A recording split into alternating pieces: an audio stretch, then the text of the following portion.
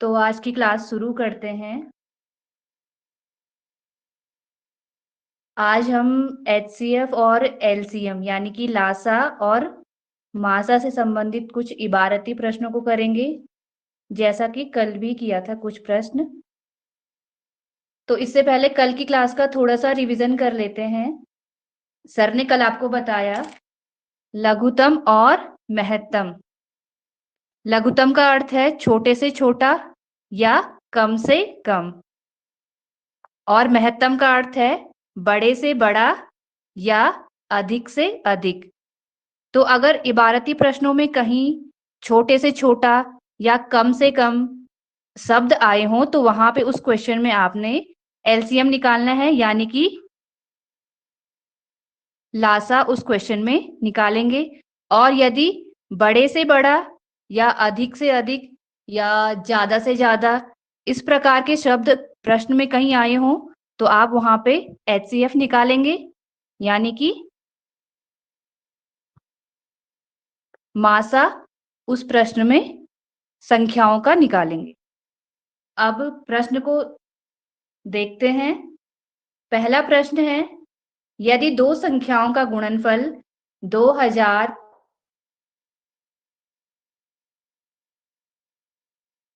का एलसीएम यानी कि लासा 180 है तो एचसीएफ क्या होगा? कल सर ने आपको एक सूत्र बताया था। पहली संख्या गुणा दूसरी संख्या बराबर दोनों संख्याओं का लासा गुणा दोनों संख्याओं का मासा। कल ये सूत्र हमने पढ़ा था। अगर हमारे पास दो संख्याएं हैं तो उन दोनों संख्याओं का गुणनफल बराबर होता है उन दोनों संख्याओं के लासा और मासा के गुणनफल के बराबर। अब प्रश्न में ना तो हमें पहली संख्या दे रखी है और ना ही दूसरी संख्या। प्रश्न में दिया है दो संख्याओं का गुणनफल, यानी कि पहली संख्या और दूसरी संख्या को गुणा करके जो संख्या आती है वो संख्या दे रखी है 2700। तो इन दोनों की जगह पे हम रखेंगे 2700 बराबर एलसीएम लासा दे रखा है 180, तो लासा की जगह 180 रखेंगे और मासा हमें निकालना है, यानी कि उन दोनों संख्याओं का एचसीएफ हमें निकालना है। अब यहाँ पे 180 और जो संख्याओं का एचसीएफ है इन दोनों के बीच गुणा का चिन्ह है, तो 180 को बराबर के इधर साइड लाने के लिए ये जो चिन्ह गुणा का है ये उल्टा हो जाएगा, यानी कि गुणा वाला चिन्ह भाग में बदल जाएगा। 180 अभी गुणा में है, 180 को जब बराबर के इधर साइड लाएंगे तो ये भाग में आ जाएगा। 180 इधर भाग में आ गया, यहां बचेगा एचसीएफ। अब इस संख्या के इकाई में 0 है और इस संख्या के इकाई में भी 0 है, तो दोनों 10 से विभाजित होंगे, तो 10 से विभाजित होने पे आएगा 18 और इसको 10 से विभाजित करेंगे तो 270। अगर आपको इस तरीके से विभाजित करने में दिक्कत हो तो आप डायरेक्ट 180 का भाग 2700 में भी दे सकते हैं। अब ये बचा यहाँ पे 270 बटे 18। अब 18 का भाग 270 में देंगे, 18 एकम 18, 17 में से 8 गया 9, 18 पंजे 90, यानी कि उत्तर आया 15। तो इन जो दो संख्याएं दे रखी थी हमें, दो संख्याओं का गुणनफल दिया था, तो उनका जो एचसीएफ होगा वो होगा 15। अब जरूरी नहीं कि यहाँ पे दोनों संख्याएं अलग अलग दे रखी हों, इस क्वेश्चन में डायरेक्ट दोनों संख्याओं का गुणनफल दे दिया है तो उसको हम इस तरीके से रखेंगे और आगे इस तरीके से हल करेंगे।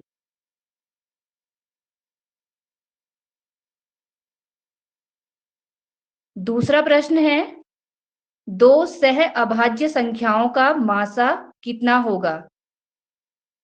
इसके ऑप्शन भी दिए हैं, 0, 1 या दोनों सह अभाज्य संख्याओं का योग या दोनों सह अभाज्य संख्याओं का अंतर। सबसे पहले सह अभाज्य संख्याएं किसे कहते हैं? तो अभाज्य संख्या आप सभी को पता होगा, जिसमें एक या स्वयं उसी संख्या का भाग जाता है, वो तो अभाज्य संख्याएं हो गया। लेकिन यहाँ पे पूछा है सह अभाज्य संख्याएं। सह अभाज्य संख्याएं हमेशा दो संख्याएं होती हैं। तो ऐसी संख्याएं जिनका सार्व गुणनखंड केवल एक होता है। सार मतलब कॉमन गुणनखंड जिसका सिर्फ और सिर्फ एक हो, जैसे 2 और 3। तो 2 के गुणनखंड होंगे 1 और 2। गुणनखंड मतलब जिसके पहाड़े में 2 आता है। तो 1 के पहाड़े में 2 आता है और दूसरा 2 के पहाड़े में 2 आता है। तो 2 के 2 गुणनखंड होंगे 1 और 2। इसी प्रकार 3 के गुणनखंड देखेंगे तो 1 और 3। तो अगर हम देखें इन दोनों में जो इनका कॉमन गुणनखंड जो इसके पास भी है और इसके पास भी है, यानी कि जो 2 का गुणनखंड भी है और 3 का गुणनखंड भी है, उसको बोलते हैं सार्व गुणनखंड या कॉमन गुणनखंड। तो वो सिर्फ एक है। ऐसी संख्याएं सह अभाज्य संख्याएं होती हैं। तो 2 और 3 सह अभाज्य संख्याएं हैं। अब हमें इनका मासा निकालना है। 2 और 3 का मासा निकालेंगे तो छोटी संख्या से बड़ी संख्या को भाग देते हैं। 2 एकम 2, इनको घटाने पे 1 आएगा। अभी 1 से 2 को भाग देते हैं तो 1 दूने 2। हमें तब तक भाग देना है जब तक यहाँ पे शेष 0 ना आ जाए। तो लास्ट में हमने 1 का भाग दिया है, यानी कि 1 मासा होगा 2 और 3 का। और 2 और 3 हमने यहाँ पे सह अभाज्य संख्याएं ली हैं। तो ये किसी भी सह अभाज्य संख्या के लिए होगा, 2 और 3 के लिए नहीं। इससे आगे जो भी सह अभाज्य संख्याएं होती, जैसे 3 और 4 भी सह अभाज्य संख्याएं हैं, तो इनका मासा भी 1 ही आएगा। तो इसका ऑप्शन नंबर दूसरा सही होगा। 2 सह अभाज्य संख्याओं का मासा हमेशा 1 होगा।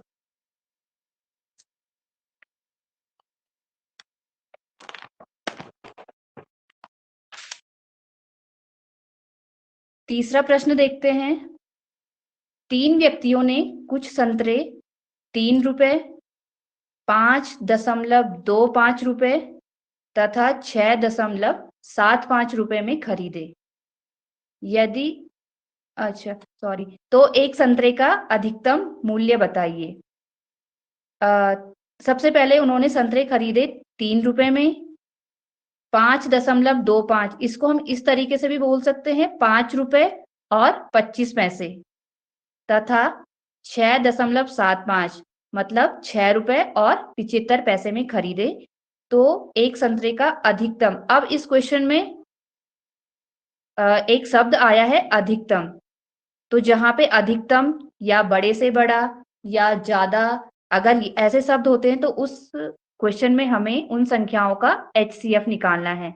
अब हमें इन तीनों संख्याओं का HCF निकालना है। तो सबसे पहले देखिए यहाँ पे जो दशमलव में संख्याएं, यानी कि ये रुपए में और पैसे में दे रखी हैं, ये भी रुपए और पैसे में दे रखी है, तो सबको पैसे में बदल लेंगे तो ज्यादा इजी रहेगा। अब हमें पता है 1 रुपए में होते हैं 100 पैसे, तो 3 रुपए में हो जाएंगे 100 इंटू 3, यानी कि 300 पैसे। इसी प्रकार 5.25 रुपए में होंगे 100 इंटू 5.25, तो इसको गुणा करेंगे।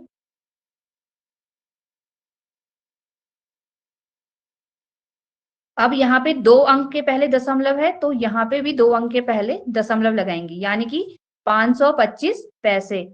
इसी प्रकार 6.75, तो 100 इंटू 6.75, यानी कि आ जाएगा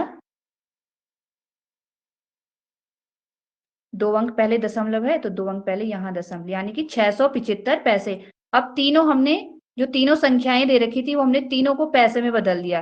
300 पैसे, 525 पैसे और 675 पैसे।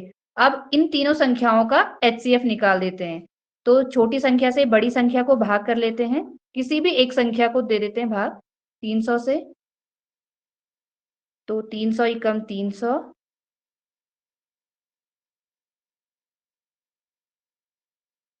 अब जो ये शेष आया 225, इसमें इस संख्या 225 से 300 को भाग देंगे। 225 एकम 225, 10 में से 5 गया 5, 9 में से 2 गया 7,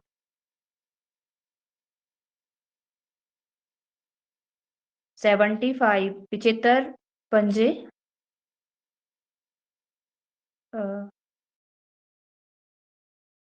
3 से जाएगा ये 3 पंजे 15, 3 सता 21 और 1 22। अब यहाँ पे शेषफल 0 आ गया। तो जो ये संख्या है 75, अभी तीसरी संख्या भी है 675, तो 75 से 675 को भाग देते हैं।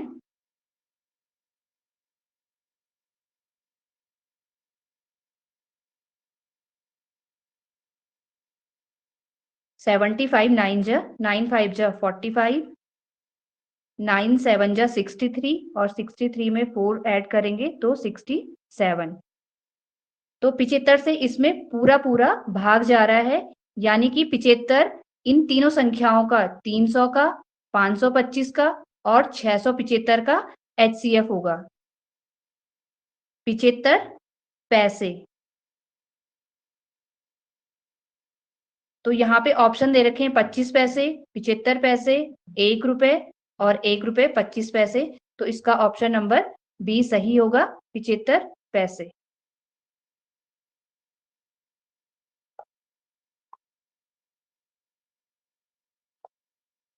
आगे चौथा प्रश्न देखते हैं। इस तरह का क्वेश्चन आपने कल भी किया था। 3 घंटियां क्रमशः 4, 5 और 6 मिनट के अंतराल में बजती हैं। यदि वे सुबह 8:30 पर एक साथ बजी हों, तो बताइए कि वे कब फिर एक साथ बजेंगी। सेम क्वेश्चन आपने कल भी किया था। तो इस क्वेश्चन में सबसे पहले जो संख्याएं हमें दे रखी हैं 4, 5 और 6, इनका एलसीएम निकाल लेंगे। 4, 5 और 6। तो सबसे पहले 2 से भाग देंगे तो 2 दूने 4, 2 के पहाड़े में 5 नहीं आता है, तो इसको हम ऐसे ही नीचे लिख लेंगे, 2 तिया 6। फिर 2 से भाग देंगे, 2 एकम 2, 5 में भाग नहीं जाता है पूरा पूरा तो इसको ऐसे ही लिख लेंगे, और 3 में भी पूरा पूरा भाग नहीं जाता है तो इसको भी ऐसे ही लिख लेंगे। फिर 3 से लेंगे, 3 एकम 3 और फिर 5 से 5 एकम 5। तो इसका एलसीएम होगा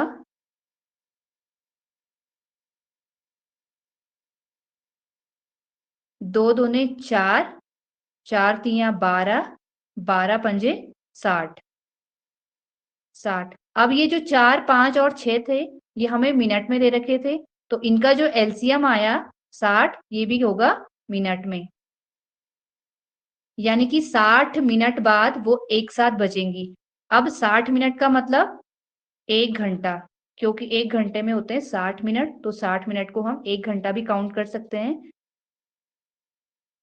8:30 बजे वो एक साथ बजी थी, उसके बाद वो 1 घंटे बाद फिर एक साथ बजेंगी, यानी कि 8:30 के बाद, 8:30 के 1 घंटे बाद टाइम होगा 9:30, 9:30 AM, सुबह के 9:30 बजे बजेंगी। तो इसका ऑप्शन नंबर बी सही होगा, 9:30 पे।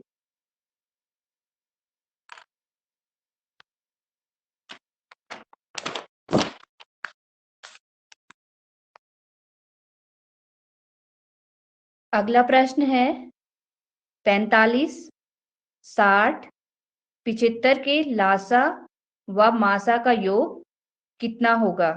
3 संख्याएं दे रखी हैं, इन तीनों संख्याओं का लासा निकालना है और मासा निकालना है, उसके बाद उसको जोड़ देना है। तो सबसे पहले इसका लासा निकालते हैं।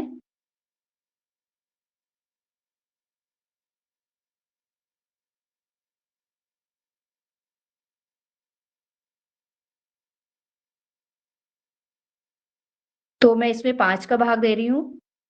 5 नमा 45, 5 एकम 5, 5 दूने 10, 5 एकम 5, 5 पंजे 25। तीनों संख्याओं में 5 का पूरा पूरा भाग जाता है। 3 तिया 9, 3 चको 12, 3 पंजे 15, 3 एकम 3। अब 3 का भाग 4 में पूरा पूरा नहीं जाएगा, तो इस 4 को हम ऐसे ही लिख लेंगे। ऐसे ही 5 में भी पूरा पूरा भाग नहीं जाएगा, तो इसको भी ऐसे ही लिख लेंगे।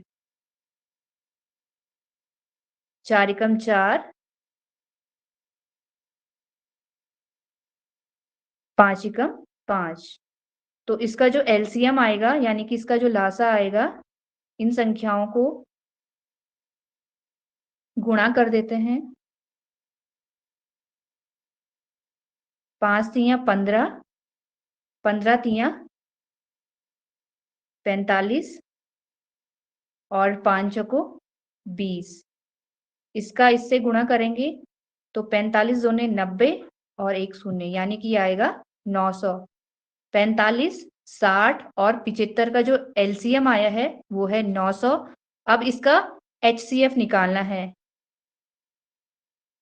तो अगर आपको इसी विधि से एचसीएफ निकालना आ जाता है, तो हमें ऐसी संख्या देखनी है जिसका तीनों में भाग चला गया हो, 45 में भी, 60 में भी और 75 में भी। तो ऐसी संख्या एक 5 है जिसका तीनों में पूरा पूरा भाग गया। उसके बाद ऐसी ही संख्या 3 है, 3 का भी इन तीनों में पूरा पूरा भाग चले गया। तो 5 इंटू 3, 5 या 15 इसका एचसीएफ होगा। अगर आपको इस विधि से नहीं आता है तो 45 का भाग देंगे 60 में। 45 एकम 10 में से 5 गया 5, 5 में से 4 गया 1। फिर इस 15 का भाग 45 में देंगे। 15 तिया 45। अब जो ये 15 आया है, इसका भाग तीसरी संख्या जो बच रखी है 75, इसमें भी भाग देंगे। तो 15 तिया 75, शेषफल आ गया 0, यानी कि 45, 60 और 75 का जो एचसीएफ होगा वो होगा 15। तो एचसीएफ आ गया इसका 15। अब हमें क्वेश्चन में पूछा है कि एलसीएम और एचसीएफ का योग मतलब इन दोनों को जोड़ना है। तो एलसीएम था 900 और एचसीएफ था 15, इन दोनों को जोड़ेंगे तो ये आएगा 915, यानी कि ऑप्शन नंबर 3 इसका सही आंसर होगा।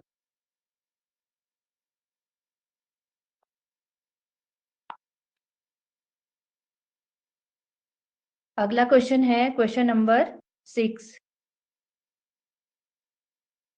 यदि दो सह अभाज्य संख्याओं का गुणनफल 117 है तो उनका लासा कितना होगा। अभी जो सबसे पहले क्वेश्चन में हमने फॉर्मूला यूज किया था, पहली संख्या गुणा दूसरी संख्या बराबर संख्याओं का एलसीएम गुणा दोनों संख्याओं का एचसीएफ। तो यहाँ पे हमें दो सह अभाज्य संख्याओं का गुणनफल दे रखा है, यानी कि जो दो सहभाज्य संख्याएं होंगी उनका गुणनफल दे रखा है 117। तो इन दोनों की जगह हम रखेंगे यहाँ पे 117 बराबर एलसीएम निकालना है और साथ में एचसीएफ भी हमें पता नहीं है। अभी इससे पहले क्वेश्चन था कि दो सह अभाज्य संख्याओं का एचसीएफ कितना होता है।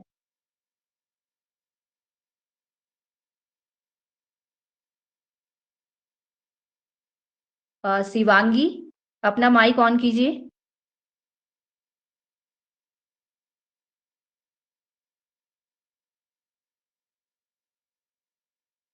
सर, आवाज आ रही है मेरी?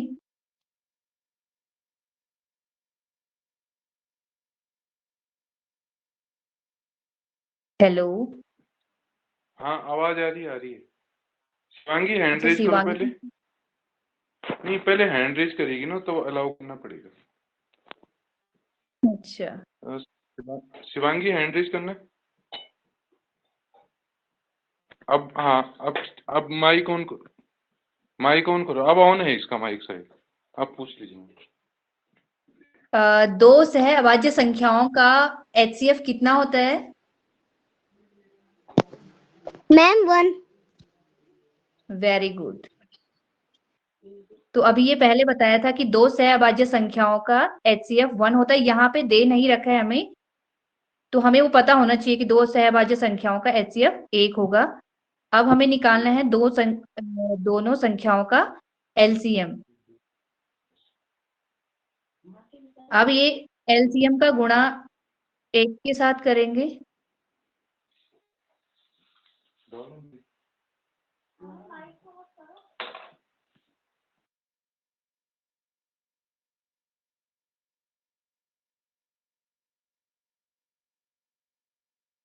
एलसीएम का गुणा 1 के साथ करेंगे तो किसी भी संख्या का गुणा अगर हम गुणा या भाग उस संख्या के साथ करते हैं तो वही संख्या आ जाती है।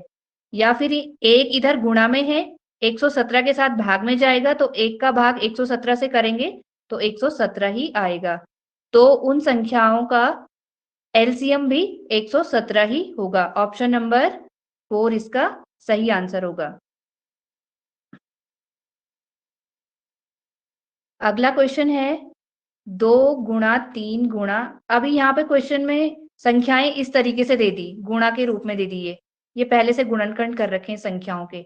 तो इन संख्याओं का मासा ज्ञात कीजिए। तो सबसे पहली जो संख्या दे रखी है 2 गुणा 3 गुणा 2 गुणा 5। दूसरी संख्या है 2 गुणा 3 गुणा 5 गुणा 7। इसी तरीके से जो तीसरी संख्या दे रखी है 3 गुणा 7।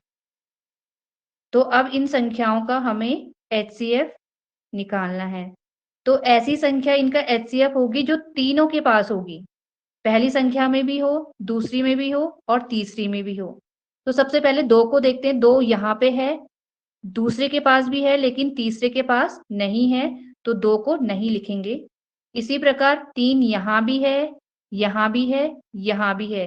तीनों में ये 3 है, तो इस 3 को एचसीएफ में लिखेंगे। आगे और संख्याओं को भी देखेंगे। 2 यहाँ पे है लेकिन इनके पास नहीं है, इनके पास भी नहीं है, तो 2 को नहीं लिख सकते। 5 इनके पास है, इनके पास भी है लेकिन आगे इनके पास नहीं है, तो 5 को भी नहीं लिखेंगे। तो इस प्रकार से जो संख्या तीनों के पास है वो सिर्फ क्या है? 3।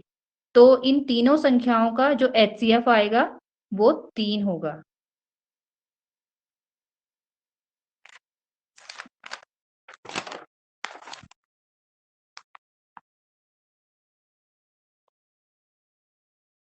क्वेश्चन नंबर 8 है, वह बड़ी से बड़ी संख्या जिससे 171 तथा 251 को भाग देने पे क्रमशः 3 व 6 शेष बचे।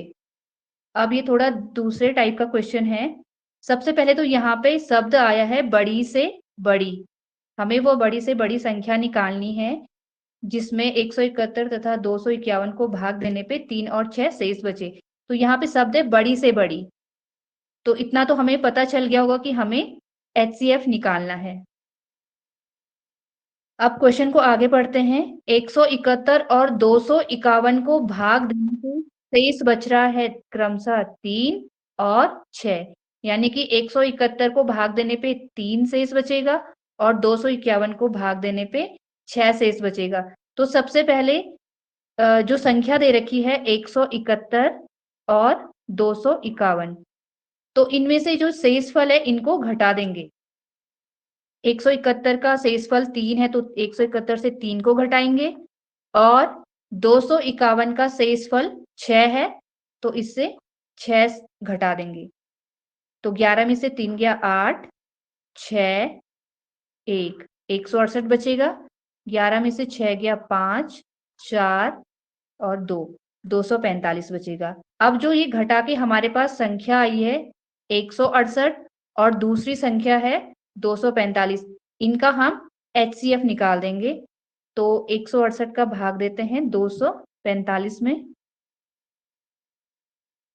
तो 168 का एक बार ही इसमें भाग जाएगा। 15 में से 8 गया 7, 13 में से 6 गया 7, 1 में से 1 गया 0। फिर 77 का भाग 168 में देंगे, तो 77 2 ने 2 सता 14, 2 सता 14 और 1 15, 8 में से 4 गया 4, 6 में से 5 गया 1। फिर इस 14 का भाग 77 में देंगे, तो 14 पंजे 70, इसको घटाएंगे तो ये आया 7। 7 का भाग 14 में देंगे। हमें भाग तब तक करते जाना है जब तक शेषफल 0 ना आ जाए। तो अभी 7 का भाग फिर से 14 में देंगे। 7 दूने 14, 14 में से 14 को घटाएंगे तो ये आएगा 0। अब हमारे पास शेषफल 0 आ गया है और लास्ट में हमने जिस संख्या से भाग दिया था वो है 7, यानी कि वह बड़ी से बड़ी संख्या होगी 7। तो इसका ऑप्शन नंबर बी इसका सही है। अगला क्वेश्चन है 2, 3, 5, 2 गुणा 3 गुणा 5, कॉमा 2 गुणा 3 गुणा 7, इनका लासा कितना होगा?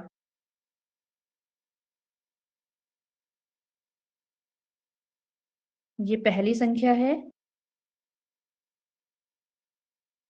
और ये दूसरी संख्या है, तो इनका एलसीएम निकालेंगे। अभी हमने पीछे एचसीएफ निकाला था, तो एचसीएफ में जो दोनों यानी कि जितनी भी संख्याएं दे रखी है, अगर उतनी संख्याओं के पास सेम नंबर है तो वो उसका एचसीएफ आएगा।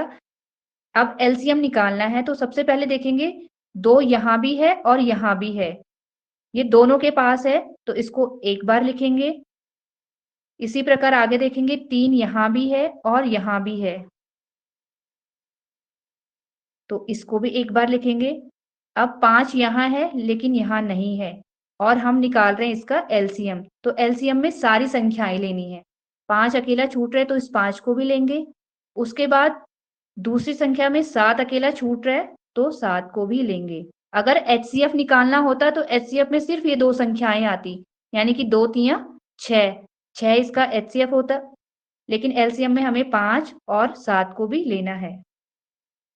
तो इसका गुणा करेंगे, 2 तियां 6, 6 पंजे 30, 30 गुणा 7 करेंगे तो ये आएगा 210, यानी कि इसका एलसीएम होगा 210। और अगर एचसीएफ देखते तो एचसीएफ में सिर्फ 2 संख्याएं यानी कि 2 और 3, ये दोनों के पास थे तो 2 तियां 6 इसका एचसीएफ होता।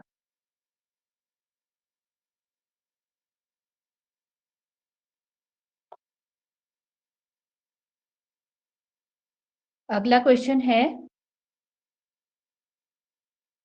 4 अंकों की वह बड़ी से बड़ी संख्या कौन सी है जो 15, 25, 40 व 75 से पूर्णतया विभक्त हो जाए।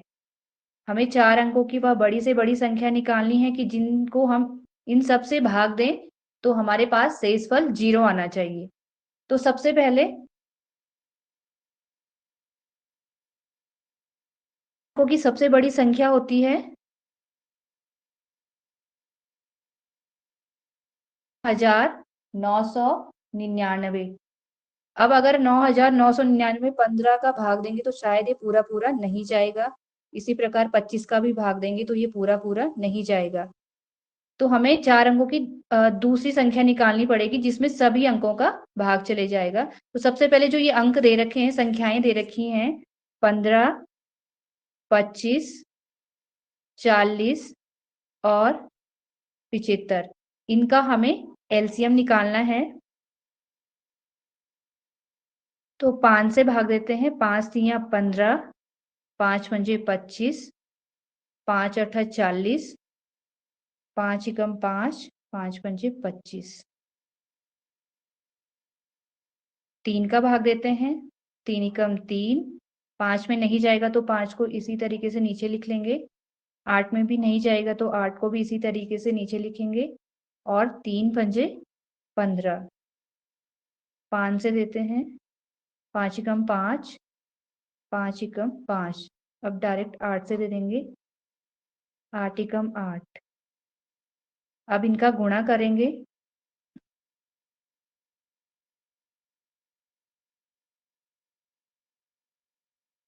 तो गुणा करने पे 5 तियां 15,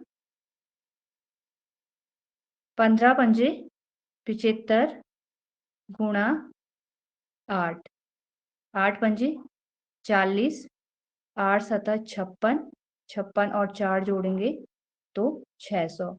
अब जो इनका एलसीएम आया 600, 600 से जो 4 अंकों की सबसे बड़ी संख्या है 9,999, इसको भाग देंगे। तो 600 एकम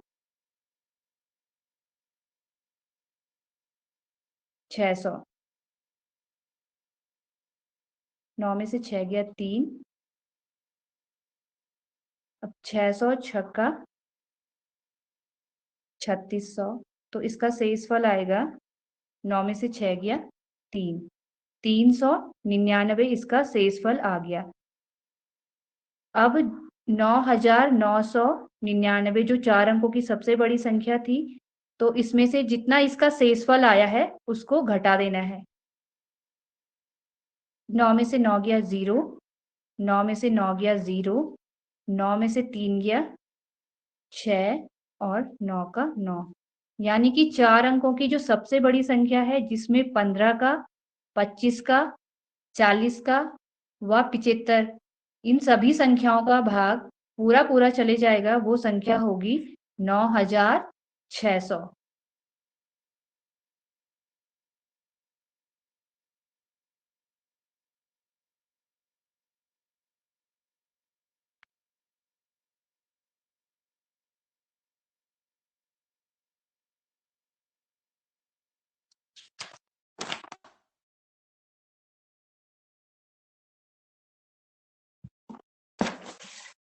इसी प्रकार एक प्रश्न और है।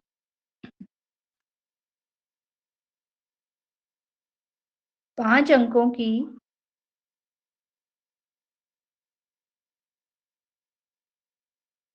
सबसे छोटी संख्या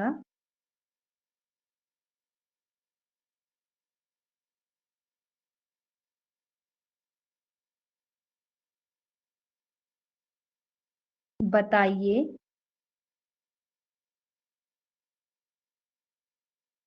जिसमें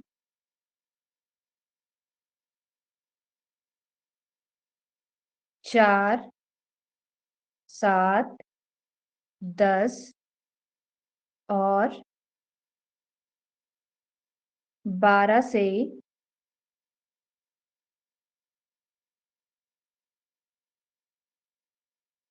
भाग देने पर हमेशा 3 शेष बचे।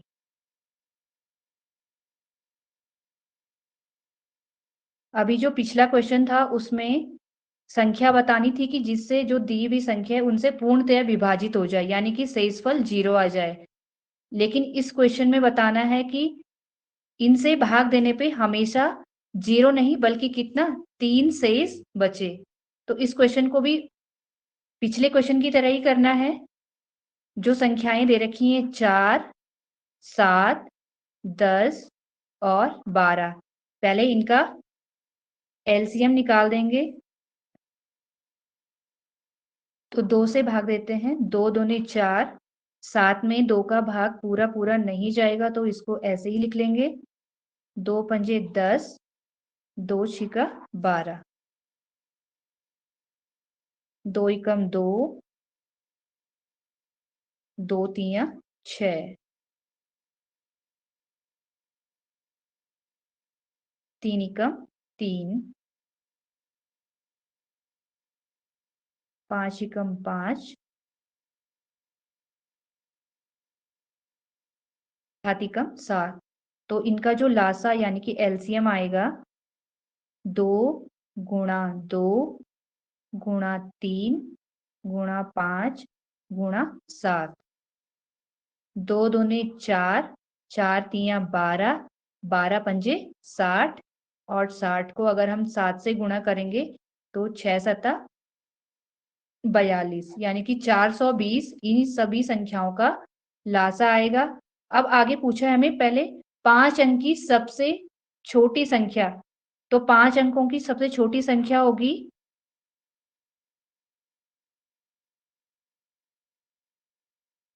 5 अंक की सबसे छोटी संख्या है 10,000। अब इस संख्या में जो ये एलसीएम आया 420 इसका भाग देंगे।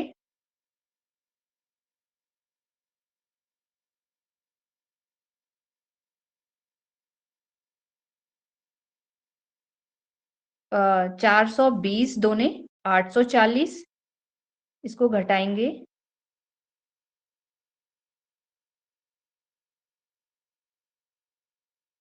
दूसरा अंक लेंगे। अब हो गया ये 1600, 1600 में 420 तिया 1260, इसको घटाएंगे। 10 में से 6 गया 4, 5 में से 3 गया 2, 340।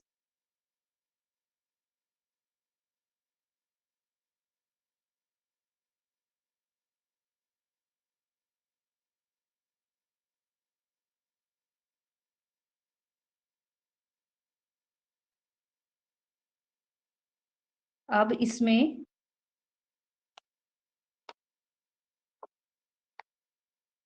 जिस संख्या से हमने भाग दिया था 420 और जितना इसका शेषफल आया 340, इनको घटाएंगे तो 0, 12 में से 8 गया 4, 80 आया। अब लास्ट में एक लाइन थी यहाँ पे, भाग देने पे हमेशा 3 शेष बचता है। इसके साथ 3 और जोड़ेंगे। साथ में जो 5 अंकों की सबसे छोटी संख्या थी इन तीनों को जोड़ देंगे। तो जोड़ने पे जो आएगा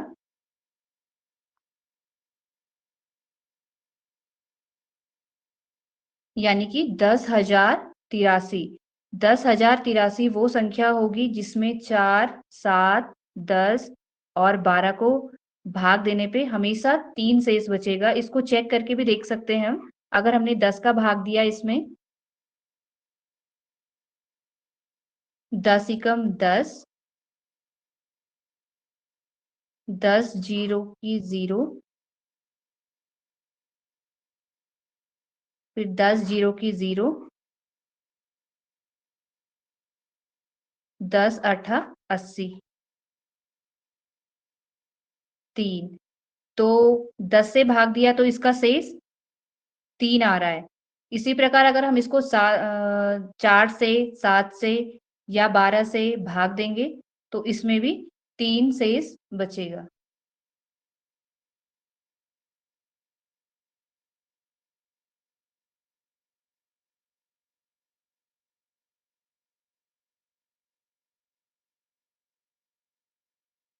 एक और क्वेश्चन देखते हैं आगे।